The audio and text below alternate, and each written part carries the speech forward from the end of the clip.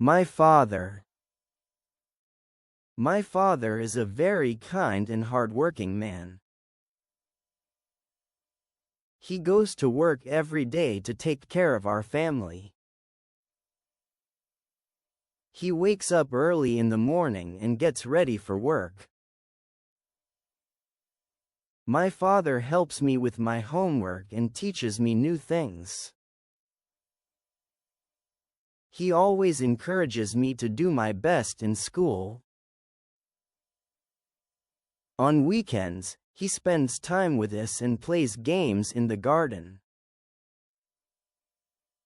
My father tells me interesting stories about his childhood.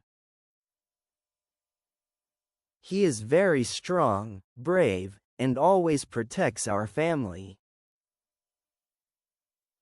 Even when he is tired, he always smiles and talks to us kindly. I love my father very much and feel proud to be his child.